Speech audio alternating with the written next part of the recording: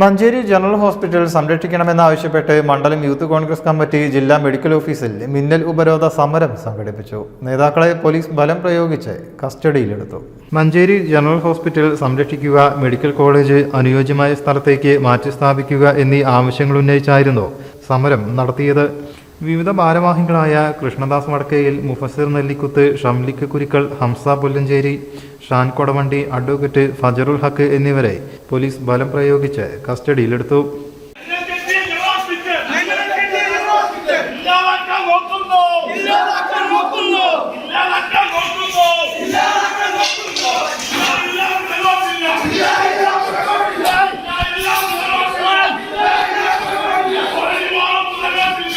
മഹ്റൂഫ് പട്ടർക്കുളം, രോഹിത് പയ്യനാട്, അസീബ് നറുകര തുടങ്ങിയവർ നേതൃത്വം നൽകി.